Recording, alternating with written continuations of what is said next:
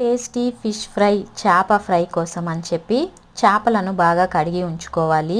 1 table spoon అల్లం వెల్లుల్లి paste, తగినంత ఉప్పు, ఇంకా పసుపు, కారంని కూడా వేసి బాగా కలిపి మ్యారినేట్ చేసుకోవాలి.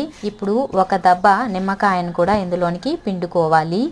1 అవర్ వరకు మ్యారినేట్ చేసుకున్నట్లయితే ఫిష్ బాగా టేస్టీగా ఉప్పు కారం పట్టి ఉంటాయన్నమాట.